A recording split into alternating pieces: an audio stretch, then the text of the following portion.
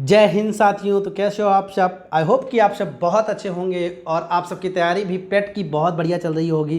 तो जैसा कि पेट का सेंटर भाई बहुत दूर दूर तक फेंका गया है, वही स्थिति हो गई है कि फेंक जहाँ तक सेंटर जाए तो समस्या है आप सबके सामने। लेकिन हाँ, हिम्मत नहीं हारना है और अच्छा स्कोर करना है, इसके लिए लगातार प्रैक्टिस करते रहिएगा। तो आइए स्टार्ट करते हैं।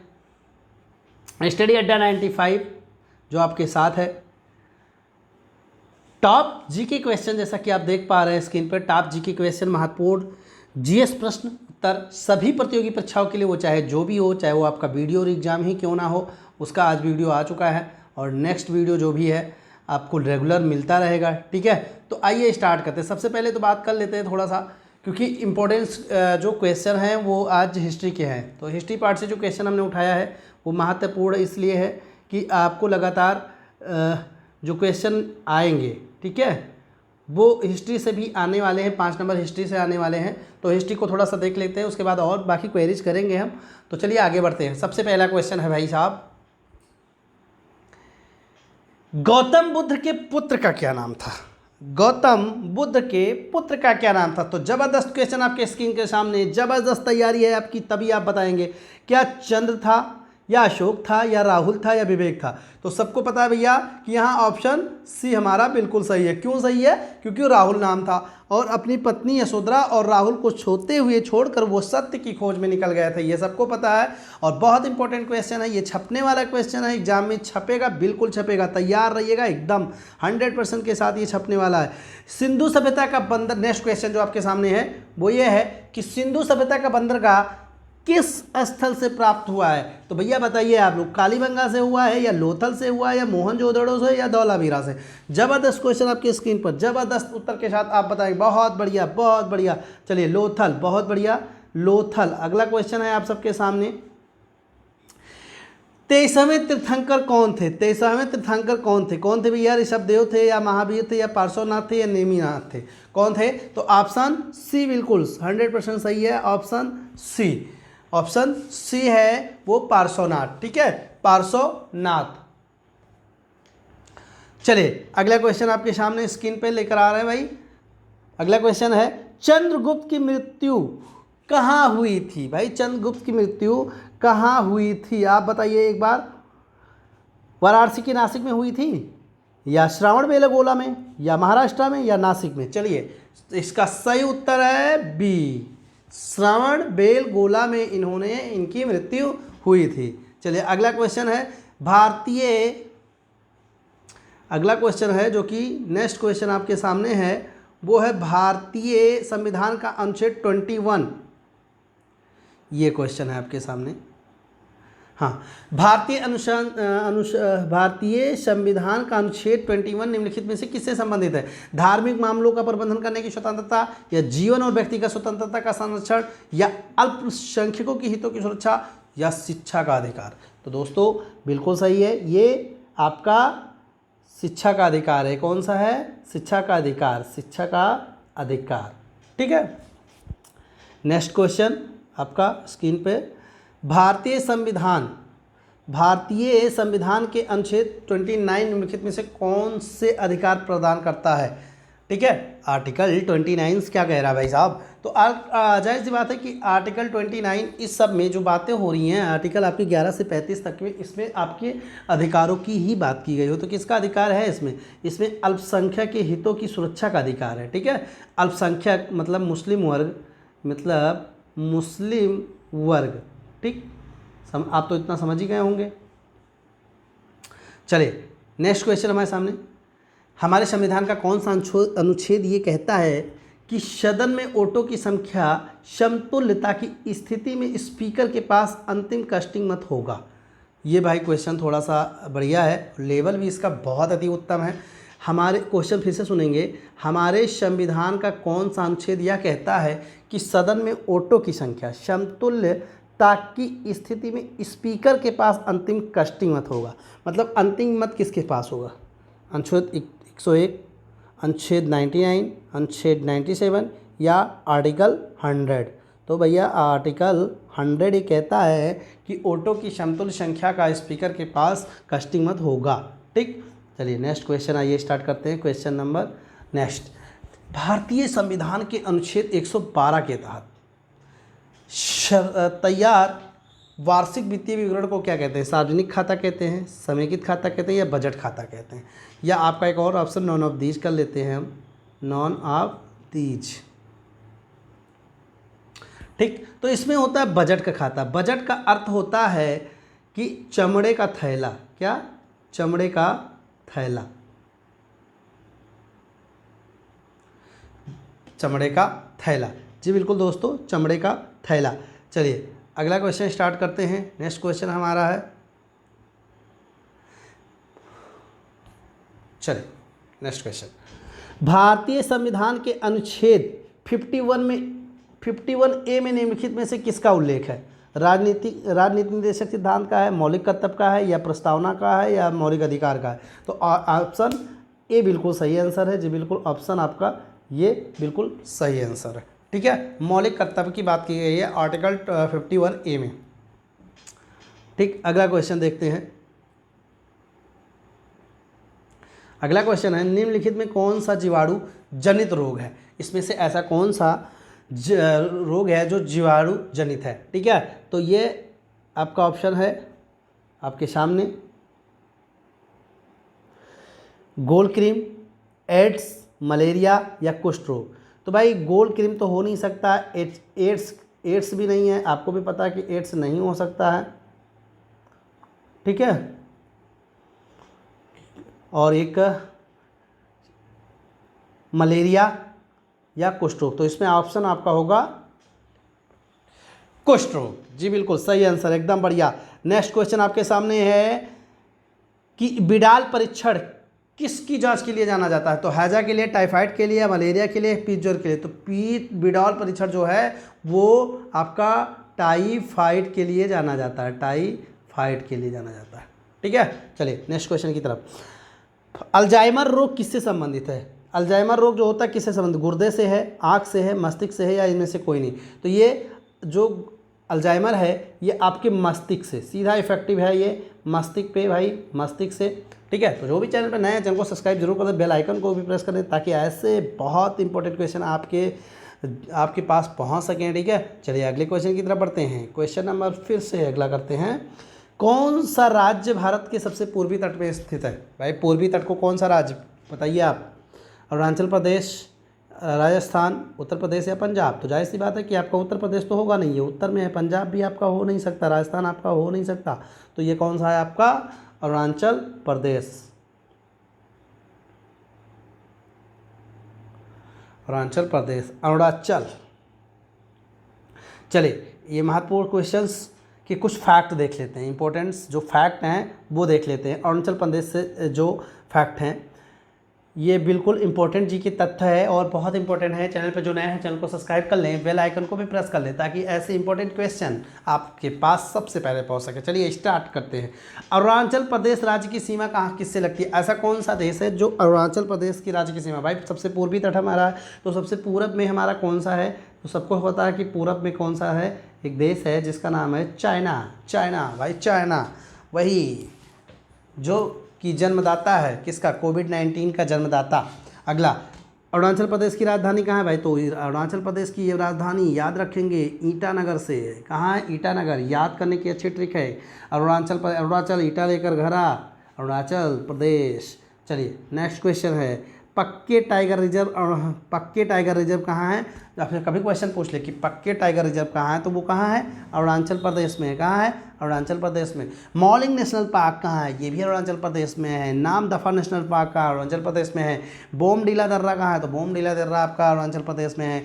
दीफू दर्रा कहाँ है? अरुणाचल प्रदेश में है। तेजू दर्रा। तो इसमें सबसे बड़ी चीज़ है कि जो दर्रे हैं वो बहुत इंपॉर्टेंट होते हैं। किसी भी एग्जाम में 1 नंबर बनाने के लिए आपको दर्रे की जानकारी होना बहुत आवश्यक है। ठीक है, बोमडीला दर्रा, रेफू दर्रा, तेजू दर्रा, ये तीनों दर्रे वहीं हैं। और पक्के टाइगर रिजर्व भी है, Mouling national park and Namdapha national park, that's there. चलिए नेक्स्ट क्वेश्चन की तरफ बढ़ते हैं। अगला क्वेश्चन हमारे स्क्रीन पे ये है कि अफ्रीका महाद्वीप का सबसे ऊंचा पर्वत किलिमंजारो। भाई अफ्रीका महाद्वीप का सबसे बड़ा पर्वत जो है वो किलिमंजारो है। वो किस देश में स्थित है? महाद्वीप की बात हुई, तंजानिया, नाइजर, दक्षिण अफ्रीका या घना? तो भाई जाहिर सी बात है कि ये आपका जो होगा तंजानिया का होगा। कहाँ होगा? तो ये ऑप्शन नंबर ए आपका बिल्कुल सही है, 100% सही है। यूरोप की सबसे लंबी नदी, नेक्स्ट क्वेश्चन आपका है कि यूरोप की सबसे लंबी नदी डैन्यूब, वोल्गा, राइन या नॉन ऑफ दीज? भाई यूरोप की सबसे लंबी नदी तो ऑप्शन बी बिल्कुल सही ऑप्शन है आपका। ऑप्शन बी के साथ आप जाएंगे, ऑप्शन बी के साथ आप जाएंगे। चलिए आपका जो है वो है वोल्गा। नेक्स्ट क्वेश्चन देख लेते हैं। विश्व मौसम विज्ञान दिवस, वाह भाई क्या क्वेश्चन है। विश्व मौसम विज्ञान दिवस 13 मार्च को मनाया जाता है, 23 मार्च को, 16 सितंबर को, या फिर आपका कब मनाया जा रहा है? 23 मार्च को। आंसर जो है आपका वो 23 मार्च है। जी बिल्कुल 23 मार्च को है। 23 मार्च में एक चीज़ और बनाई जाती है, आपको पता है, विषु रेखा, विषु या विषुवत रेखा भी बनाई जाती है। ठीक है, तो ये इंपॉर्टेंट क्वेश्चन था आपके लिए। जी बिल्कुल महत्वपूर्ण क्वेश्चन है। आप लोग आगे क्वेश्चन को देखिए। अगला क्वेश्चन आपकी स्क्रीन पर है कि महावीर स्वामी दयानंद जो हैं, स्वामी दयानंद सरस्वती जी हैं, उनका मूल नाम क्या है? भाई मूल नाम मालुक दास नाम है, या मूल शंकर नाम है, या नरेंद्र नाम है, या दादू नाम है? तो इनका इंपॉर्टेंट और महत्वपूर्ण क्वेश्चन के साथ इनका जो नाम है वो मूल शंकर है। तो इस क्वेश्चन को आप छपने वाला क्वेश्चन है भाई साहब, इसको रख लीजिएगा कसम से, ये छपने वाला, ये पेपर में छपने वाला है। और इस क्वेश्चन के साथ आप पेपर की खोपड़ी में छेद करने वाले हो बड़े भैया। नेक्स्ट क्वेश्चन है आपका, खजुराहो मंदिर भारत के किस राज्य में स्थित है? खजुराहो मंदिर, वाह, राजस्थान में है, एमपी में है, या यूपी में है, या पंजाब में है? तो जाहिर सी बात है कि खजुराहो मंदिर जो है हमारा एमपी में है। कहाँ है? एमपी, मध्य प्रदेश। राजधानी बता दीजिए आप लोग फटाफट कमेंट में, राजधानी का नाम बता दीजिए। जी बिल्कुल, कमेंट आपके लिए बिल्कुल ओपन है आपके लिए।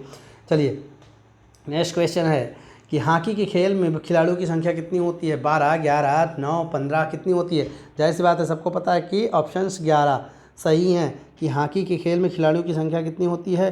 11। तो हॉकी के खिलाड़ियों में 11 संख्या होती है। भारत के हॉकी टीम के कप्तान कौन है भाई? हॉकी टीम के कप्तान कौन है बताइए, एक बार बताइए, इंपॉर्टेंट क्वेश्चन है ये, शायद छप जाए। बताओ। मनप्रीत सिंह। कौन है? मनप्रीत सिंह हैं जो हॉकी के कप्तान। हॉकी के जादूगर का नाम क्या है भाई? Major Dhyan Chand. Next question, Bharat के किस राज्य में कन्नड़ बोली बोली जाती है? भाई कन्नड़ बोली कहाँ बोली जाती है बताइए? राजस्थान में बोली जाती है कि मध्य प्रदेश में बोली जाती है, या फिर उत्तर प्रदेश में बोली जाती है, या कर्नाटका में? तो जाहिर सी बात है भैया, कर्नाटक में कन्नड़ बोली जाती है, ये आपको भी पता है। ठीक है, उत्तर प्रदेश में तो वही चलता है भैया। जिया हो बिहार के लाला, जिया तू 1000 साला। अगला क्वेश्चन स्क्रीन पर आपके सामने, पृथ्वी पर सबसे बड़ा वृत्त किसे कहा जाता है? जी बिल्कुल, very important question for you. भूमध्य रेखा को कहा जाता है, या मकर रेखा को कहा जाता है, या कर्क रेखा को कहा जाता है, या इनमें से कोई नहीं कहा जाता? किसको कहा जाता है? फटाफट आप लोग आंसर दीजिए, एक बार फटाफट आंसर दीजिए। आप लोग की तैयारी बहुत अच्छी है, बहुत बढ़िया, बेहतरीन ढंग से आपकी।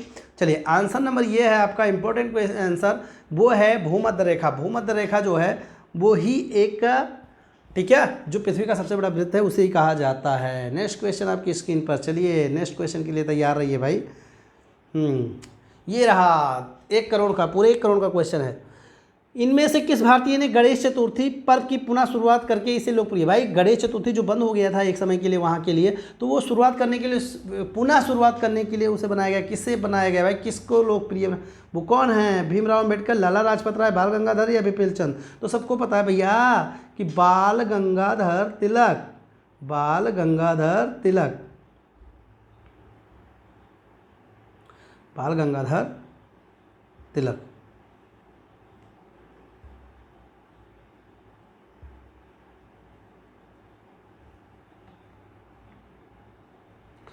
चलिए नेक्स्ट क्वेश्चन, थोड़ी सी समस्या।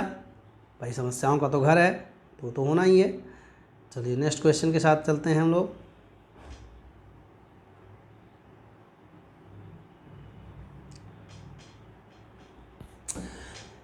किस शहर का नाम बदलकर गुरुग्राम कर दिया गया? भाई कौन सा ऐसा शहर है जिसका नाम गुरुग्राम कर दिया गया? भाई गांव का नाम चेंज करने में तो बाबा, मठ वाले बाबा, खिचड़ी बाबा, बुलडोजर बाबा आगे हैं, लेकिन अब तो सारे शहरों के नाम और ज़िलों के नाम बदले जा रहे हैं। गंगतोक, गंगानगर, हरियाणा, या गुड़गांव? तो भाई गुड़गांव जो था गुरुग्राम कर दिया गया है। गुरुग्राम, इसका नाम बदलकर गुरुग्राम कर दिया गया है। ठीक है, नेक्स्ट क्वेश्चन आपके सामने, सबसे पुराना वेद कौन सा है? छपने वाला क्वेश्चन है बड़े भैया।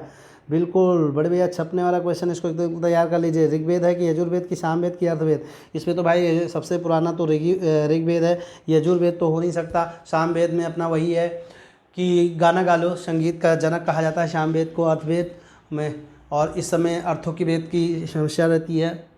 चलिए नेक्स्ट क्वेश्चन आपके सामने स्क्रीन पर है, क्वेश्चन नंबर 13, तो बहुत इंपॉर्टेंट है। महात्मा गांधी ने असहयोग आंदोलन की शुरुआत कब की थी? 1925 में नहीं भैया, काकोरी कांड हुआ था यार। 1905 में नहीं, ये भी नहीं हुआ था। यहाँ विनोद तत्व की स्थापना हुई थी 1910 में, नहीं, यहाँ भी नहीं। मालो मिंटो सुधार के कार्य पर पंचम जॉर्ज बेरी के साथ, यहाँ नहीं, हो नहीं सकता। चलिए बहुत बढ़िया, 1920 में असहयोग आंदोलन की स्टार्टिंग हुई थी, ठीक है, आपको पता है। बहुत इंपॉर्टेंट क्वेश्चन है भाई, छपने वाला है। चलिए नेक्स्ट क्वेश्चन, महात्मा गांधी ने असहयोग आंदोलन वापस कब लिया था भाई? कब लिया था? 1920 में लिया था, 22 में लिया था, या 19 में? भाई 1922 में लिया था। क्यों लिया था? सबको पता है कि जब वो 5 फरवरी को गोरखपुर में चौरा चौरी कांड 1922 में घटना घट गई, उसके बाद वहाँ पर जो भी समस्या हुई, उसके बाद उन्होंने क्या किया? ले लिया संन्यास, ठीक है।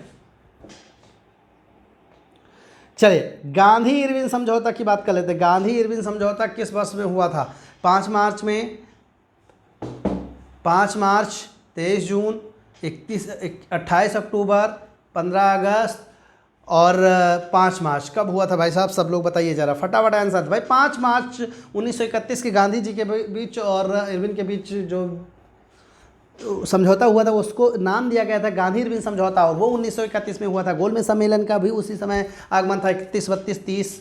तो नेक्स्ट क्वेश्चन आइए देखते हैं। वाह क्या क्वेश्चन है, जबरदस्त क्वेश्चन है, एकदम छाप लो, दिमाग में छाप लो भाई साहब। ये है क्वेश्चन नंबर 16, किसने महात्मा गांधी को अर्धनग्न फकीर कहा था? सुभाष चंद्र बोस ने कहा था? नहीं भाई, सुभाष चंद्र बोस की बनती नहीं थी, लेकिन उन्होंने इतना ज़्यादा असभ्यता थोड़ी ना दिखाई थी। विलियम बैंटिंग ने कहा था, लॉर्ड डलहौजी, या विंस्टन चर्चिल ने कहा था? तो यहाँ विंस्टन चर्चिल का नाम आएगा सामने। विंस्टन चर्चिल ने अर्धनग्न फकीर कहा था, क्योंकि ये चश्मा पहनते थे, लाठी लेके चलते थे, और उसके साथ लाठी के साथ क्या करते थे? ये धोती सी पहनते थे। चलिए इंपॉर्टेंट फैक्ट जो है हम गांधी जी के बारे में थोड़ा सा जान लेते हैं, जो महत्वपूर्ण है, वेरी इंपॉर्टेंट है, वो बिल्कुल।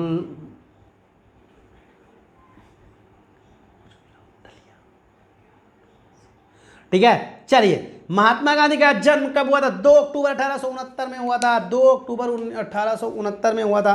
कहाँ हुआ था भाई साहब? पोरबंदर के गुजरात में हुआ था। महात्मा गांधी की मृत्यु 30 जनवरी को नाथूराम गोडसे ने 1948 को ठिचुक करके मार दिया था, ठीक है।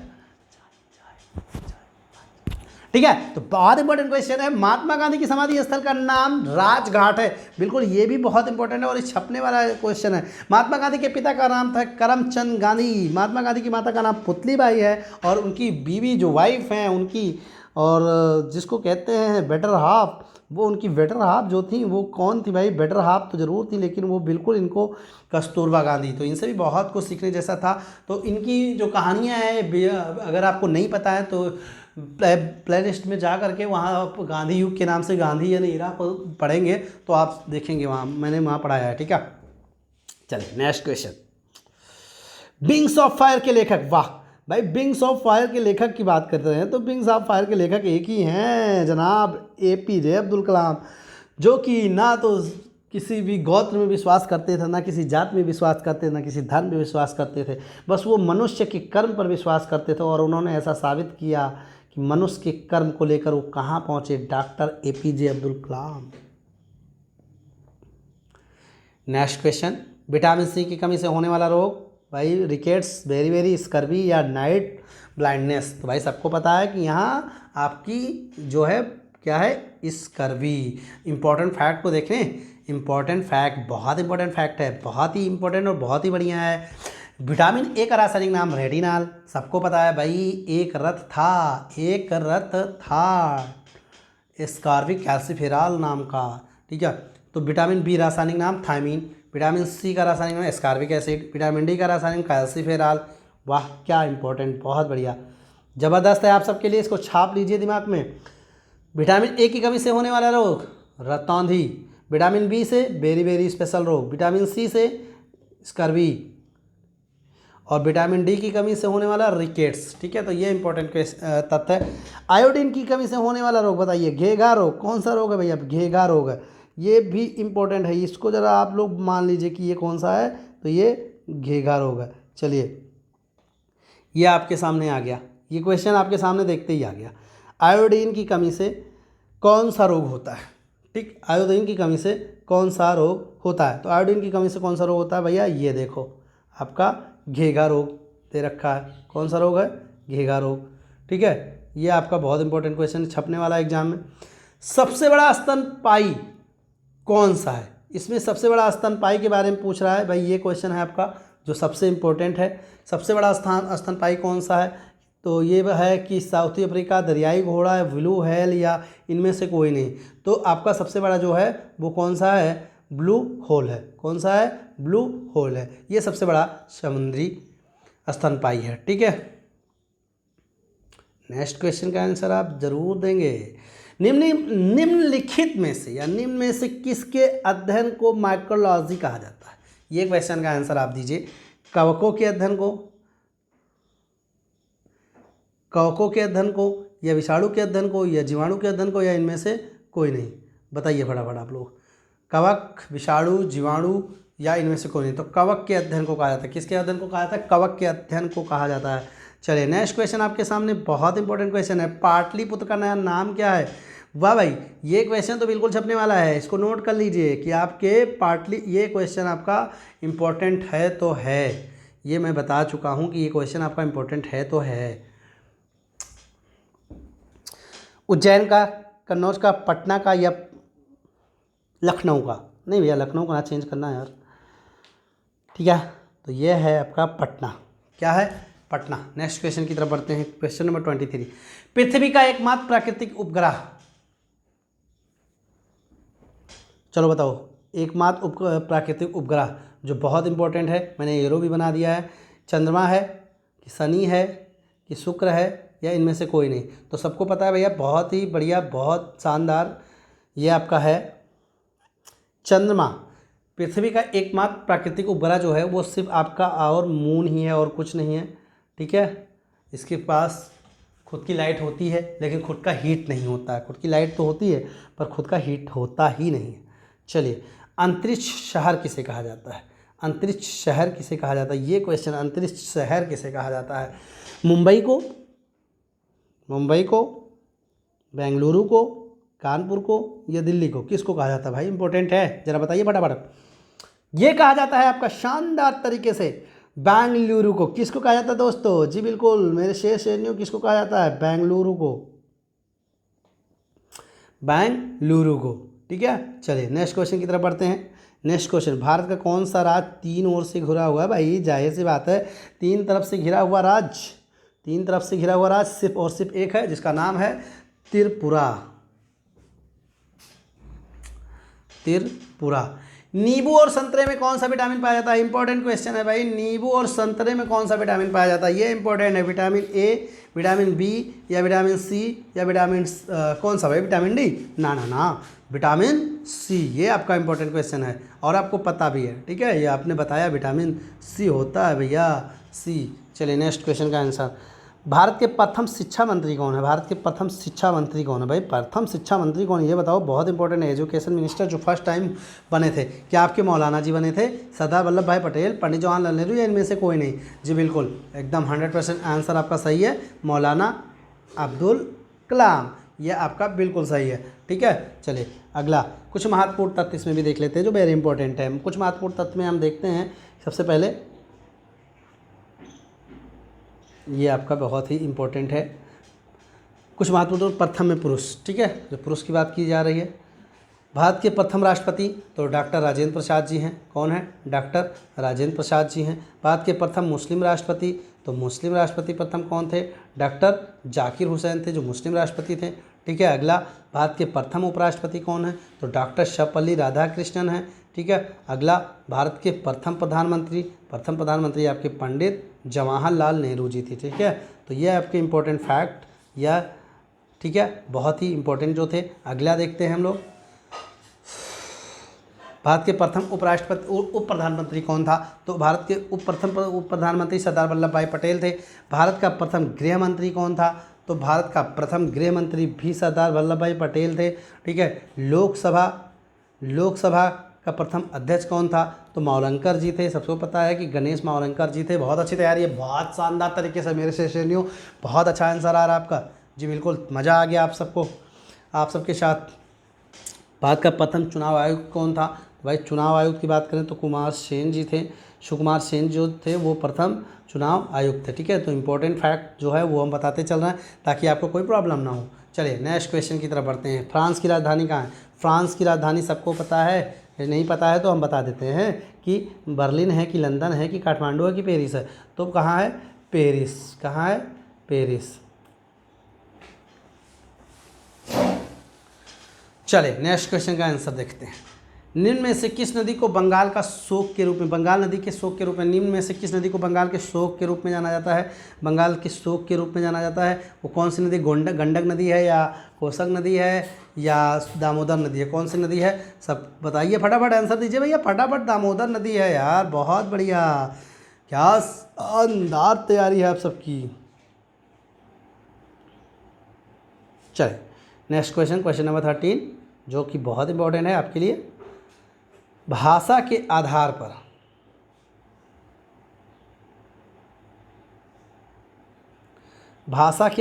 पर गठित होने वाला भारत का पहला राज्य कौन सा है? मद्रास, महाराष्ट्र, आंध्र प्रदेश या पश्चिम बंगाल? चलो बताओ।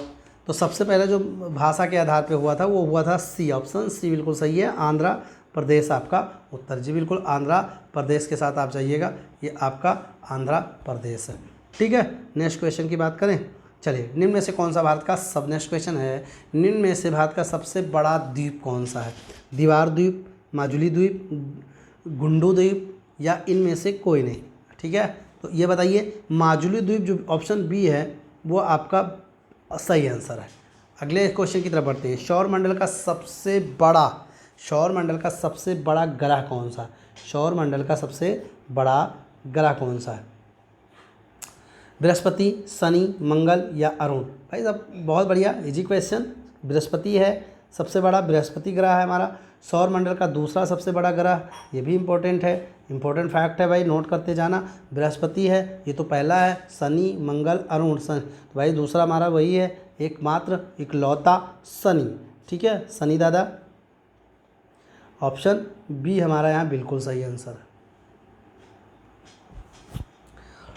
ठीक, चलिए अगले क्वेश्चन की तरफ बढ़ते हैं। कांडला बंदरगाह कहाँ है? भाई वाह, कांडला बंदरगाह, ये नेक्स्ट पे बढ़िया क्वेश्चन है कि कांडला बंदरगाह कहाँ है? गुजरात में है, महाराष्ट्र में है, उड़ीसा में है या कर्नाटका में है?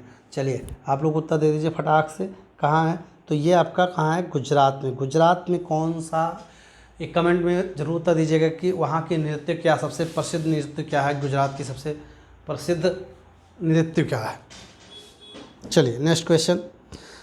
शबने अवज्ञा आंदोलन की शुरुआत के दौरान भारत का जनरल गवर्नर कौन था? छपने वाला क्वेश्चन है भाई, इसको नोट कर लो, इसलिए मैंने इस पर क्रॉस लगा दिया। छपने वाला क्वेश्चन है, इसका आंसर ये रहा, lord Chelmsford, lord Reading, lord Irwin, lord Wavell. भाई जाहिर सी बात है कि इसमें जो कि लॉर्ड इरविन जी हैं 1931 वाले, जिन्होंने एक विशेष चर्चा गांधी जी के साथ की थी जिसका नाम पड़ा था गांधी इरविन सम्मेलन, समझौता बोल सकते हो आप, सम्मेलन नहीं। चलिए नेक्स्ट क्वेश्चन। निम्न में से किस शासकों ने अपनी राजधानी दिल्ली से बदलकर दौलताबाद किया था? मोहम्मद बिन तुगलक ने किया था या बाबर ने किया था, बहलोल लोदी ने या खिलजी ने? किसने किया था भाई? मोहम्मद बिन तुगलक ने किया था। बहुत बढ़िया, सटीक उत्तर है। Question number 37, important fact. Jallianwala नरसंहार के विरोध स्वरूप किसने केसर हिंद का सम्मान लौटा दिया था?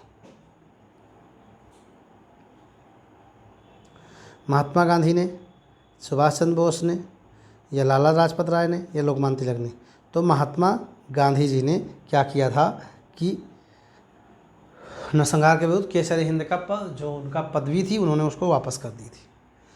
क्वेश्चन नंबर 38, राज्यसभा के सदस्यों की कार्यकाल कितने वर्ष की होती है? राज्यसभा के सदस्यों की कार्यकाल कितने वर्षों की होती है? चलिए बताइए, 4 वर्ष की, 5 वर्ष की, 6 वर्ष की या इनमें से कोई नहीं? तो कितनी होती है, 6 वर्ष की होती है। राज्यसभा के सदस्यों की जो कार्यकाल होती है वो 6 वर्ष होती है और लोकसभा के सदस्यों की कार्यकाल 5 वर्ष की होती है। ठीक है। नेक्स्ट, संयुक्त राष्ट्र संघ में सुरक्षा परिषद के स्थायी सदस्यों की संख्या कितनी है? स्थायी सदस्यों की संख्या कितनी है? 6, 10, 5 या 18? आंसर बिल्कुल सी सही है। संयुक्त राष्ट्र संघ में सुरक्षा परिषद के स्थायी सदस्यों की संख्या जो होती है वो 5 होती है। नोट कर लीजिएगा आप, नोट कर लीजिए आप, 5 होती है। दिल्ली के लाल किला में स्थित मोती मस्जिद का निर्माण किसने करवाया था? ऑप्शन है जहांगीर ने, औरंगजेब ने, शाहजहां ने या बहादुर शाह जफर ने। तो किसने करवाया था भाई? ऑप्शन बी बिल्कुल सही है, औरंगजेब ने करवाया था। किसने करवाया था? औरंगजेब ने।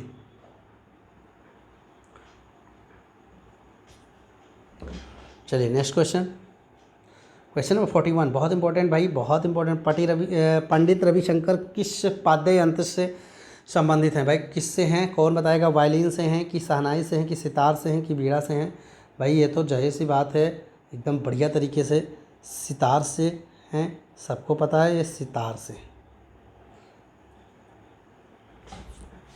चलिए नेक्स्ट क्वेश्चन, अंतर्राष्ट्रीय महिला दिवस कब मनाया जाता है? अंतर्राष्ट्रीय महिला दिवस कब मनाया जाता है भाई? ये तो पता होगा कि 8 जून को, कि 8 मार्च को, कि 4 जून को, कि 5 मार्च को। तो ये हमारा 8 मार्च को मनाया जाता है, 8 मार्च। ये लो है 8 मार्च। ठीक है। नेक्स्ट क्वेश्चन, कैल्सीफेरॉल किस विटामिन का रासायनिक नाम है? कैल्सीफेरॉल किस विटामिन रासायनिक नाम? विटामिन ए का, विटामिन बी का, विटामिन सी का, विटामिन डी का?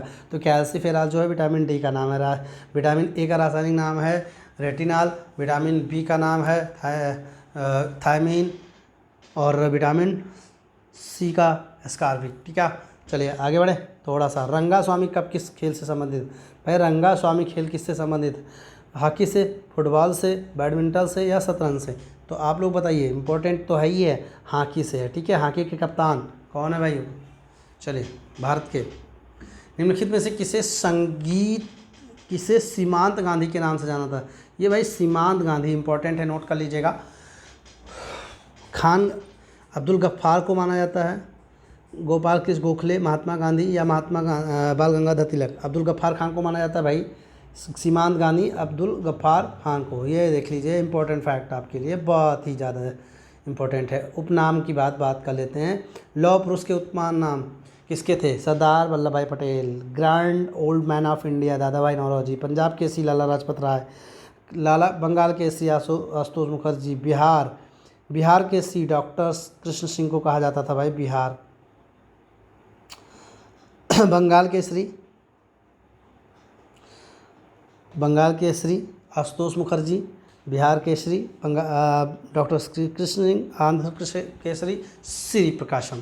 प्रमुख खिलाड़ी के उपनाम, मेजर ध्यानचंद क्या थे? हॉकी के जादूगर। पीटी उषा, उड़न परी, Milkha Singh, flying Sikh, Shoaib Akhtar, Rawalpindi express, Michael Phelps, flying fish. तो इनको उनके उपनाम जो कि बहुत महत्वपूर्ण है, एक बार अगर आप नोट्स बना रहे हैं तो ज़रूर उसमें इंक्लूड कर लीजिएगा, बहुत महत्वपूर्ण है, छपने वाला क्वेश्चन है जो आपके एग्जाम की पर्पज़ से, पॉइंट व्यू से बहुत ही एक्साइटेड है। ठीक है।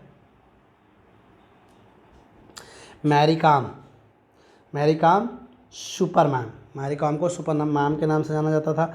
महत्वपूर्ण व्यक्ति के नाम एवं उपाधियाँ जो हैं वो नेताजी सुभाष चंद्र बोस, शहीद आजम भगत सिंह, माता बसंत, एनी बेसेंट, भारत कोकिला, सरोजिनी। मतलब नेताजी किसे कहा जाता था? सुभाष चंद्र बोस को कहा जाता था। शहीद आजम भगत सिंह को कहा जाता था। माता बसंत एनी बेसेंट को कहा जाता था। भारत कोकिला सरोजिनी नायडू को, स्वर कोकिला लता मंगेशकर। दोनों में थोड़ा थोड़ा डिफरेंट है, ज़रूर ध्यान रखिएगा। ठीक है। चलिए एक और इम्पोर्टेंट चीज़ है, भारत का नेपोलियन, समुद्रगुप्त को भारत का मैकियावेली, चाणक्य को भारत का शेक्सपियर, कालिदास को भारत का शेक्सपियर, कालिदास को। स्टडी अड्डा 95 में आपका स्वागत तो है भाई, और स्टडी अड्डा में 95 आपके लिए इम्पोर्टेंट कार्य कर रहा है।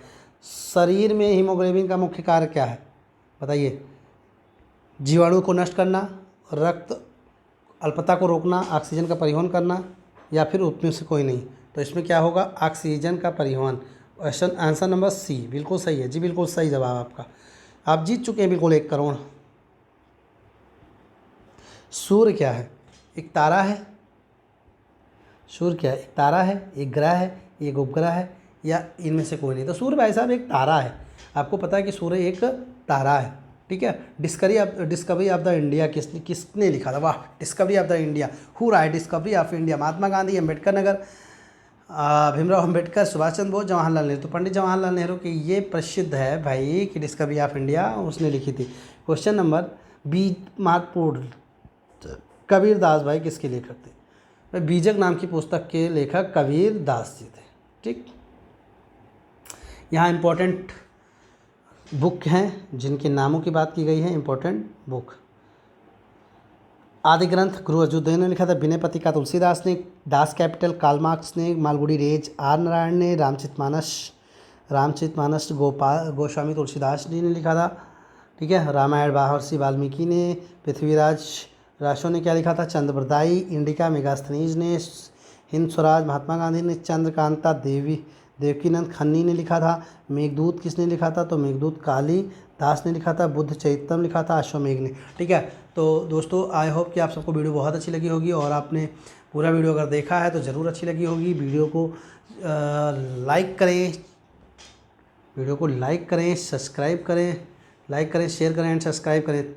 Thanks for watching this video. Channel को सब्सक्राइब जरूर करें। जय हिंद, जय भारत, जय महाराष्ट्र, जय भारत।